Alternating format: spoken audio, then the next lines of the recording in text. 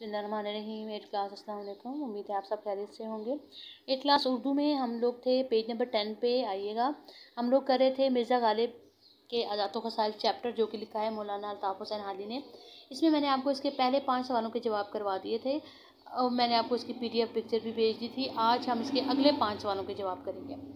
तो छठा सवाल है हमारे पास कि दोस्तों के साथ गालिब का सलूक कैसा था। तो गालिब के वो दोस्त जो गर्दिश रोज़गार से बिगड़ गए थे, गालिब उनके साथ नहायत शरीफाना सलूक करते थे। यानी गालिब को वो दोस्त जो रोज़गार के ना होने की वजह से परेशान थे, गालिब का उनके साथ भी सलूक बहुत अच्छा था। फिर हमने पढ़ा था मिर्ज़ा गालिब के मिजाज की ख़ास खूबी क्या थी। हमने पढ़ा था कि मिजाज की ख़ास खूबी ज़राफ़त थी। गालिब के मिजाज की ख़ास खूबी क्या थी? ज़राफ़त थी। यही वजह है कि अगर आपको हैवान नातिक़ के बजाय हैवान ज़रीफ़ कहा जाए तो ज़्यादा बेहतर होगा। मैंने आपको बताया था हैवान ज़रीफ़ का मतलब क्या है, मज़ाक करने वाला है जानवर, और हैवान नातिक़ का मतलब क्या है, बोलने वाला जानवर। तो इंसान बोलने वाला जानवर है, इंसान भी एक सोशल एनिमल है। और गालिब को क्या कहा गया, हैवान ज़रीफ़, क्योंकि उनके अंदाज में, बात करने के अंदाज में क्या पाया जाता है, मज़ाक पाया जाता है। गालिब को कौन सा फल पसंद था?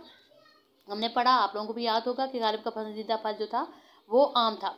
फिर हम देखते हैं कि सबक मिर्ज़ा गालिब के अदात व ख़साइल किस किताब से लिया गया। वो हमने चैप्टर के शुरू में ही पढ़ लिया था, यादगार गालिब। तो आपके ये आखिरी 2 सवाल हैं, ये आपने अपने टाइटल पेज में भी लिखे होंगे, लेकिन यहाँ पे क्योंकि एक्सरसाइज में है तो आप एक्सरसाइज के साथ इनको अपनी नोटबुक पे ज़रूर करेंगे, ठीक है। तो सबक मिर्ज़ा गालिब के अदात व ख़साइल किस किताब से लिया गया? वो है जी आपके पास यादगार गालिब। और फिर है मिर्ज़ा गालिब के अदात व ख़साइल के मुसन्निफ़ कौन है। ये तो हर दफ़ा जब भी लेक्चर स्टार्ट किया हमने पहले सबक का नाम, मुसन्निफ़ का नाम देखा और देखा कि इसका किस किताब से इसको लिया गया और लिखने वाला कौन है। तो आपको भी याद हो गया होगा कि मौलाना अल्ताफ़ हुसैन हादी जो हैं वो इसके मुसन्निफ़ हैं। इसके साथ ही पेज नंबर 11 पे आपने एक और सवाल है जो आपने इसके साथ करना है, और वो है आपको नज़र भी आ रहा होगा, सवाल नंबर 2। मुहावरात को, अल्फाज को आपने अपने जुमलों में इस्तेमाल करना है, ठीक है जी। तो पहला क्या है आपके पास, कुशादा पेशानी। कुशादा पेशानी का क्या मतलब होता है? खुले दिल के साथ, बड़े दिल के साथ। अभी मैं आपको मानी और साथ जुमले बता रही हूँ, इसकी मैं PDF पिक्चर नहीं भेजूंगी, जुमले आप खुद बनाएंगे। कुशादा पेशानी का क्या जुमला होना चाहिए कि मिर्ज़ा गालिब अपने दोस्तों से कुशादा पेशानी से मिलते थे। बाग बाग होना का मतलब क्या होता है? बहुत खुश होना। मिर्ज़ा गालिब अपने दोस्तों को देखकर बाग बाग हो जाते थे। मुखलिस, हमदर्द। मिर्ज़ा गालिब अपने दोस्तों के साथ बड़े मुखलिस थे। गर्दिश रोज़गार का मतलब क्या होता है? रोज़गार का ना होना। तो आप इसके लिए क्या लिखेंगे कि मिर्ज़ा गालिब गर्दिश रोज़गार से परेशान दोस्तों की मदद करते थे। मिर्ज़ा गालिब अपने गर्दिश रोज़गार से परेशान दोस्तों की मदद करते थे।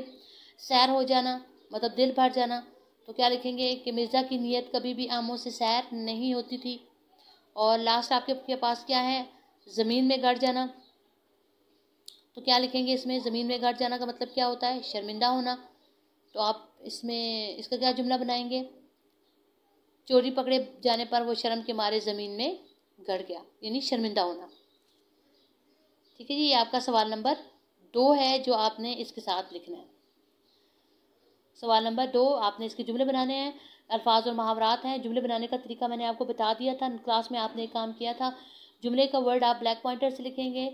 आगे आप जुमले को, क्योंकि यहाँ मानी नहीं पूछेंगे, आप बेशक मानी ना लिखें, आगे आप जुमला बनाएं। लेकिन जुमले में जब आपका जुमले वाला लफ्ज़ आएगा तो फिर आपने क्या करना है, आपने उसको ब्लैक पॉइंटर के साथ लिखना है, ठीक है। और पिछले जितने क्वेश्चन आपने 5 सवालों के जवाब किए हैं, बाकी रिमेनिंग क्वेश्चन आंसर भी आप उसी के नीचे से स्टार्ट करोगे, ठीक है। 1 2 3 4 5 तक आपने कर लिए थे, अगले 5 आप उसी के नीचे से स्टार्ट करेंगे। बार बार आप लोगों को डेट लगाने की ज़रूरत नहीं है। जब ये सारे सवालों के जवाब हो जाएंगे तो अगेन आप उसके नीचे जो है वो अगला सवाल कर लेंगे। वो क्या है आपका, आपने अल्फाज और तरकीब को अपने जुमलों में इस्तेमाल करना है, फिर आपका ये सवाल हो जाएगा। होमवर्क मैंने आपको दिया था सवाल नंबर 2 3 4 और इसके अलावा कॉलम मैचिंग थी 6 बुक पे करने के लिए। वो उम्मीद है कि आपने बुक पे कर लिया होगा, क्योंकि जब आप की क्लासेस रेगुलर स्टार्ट होंगी तो इंशाल्लाह मैं सबसे पहले बुक ही चेक करूँगी। तो आपने अपने काम को साथ साथ मुकम्मल करना है, ठीक है।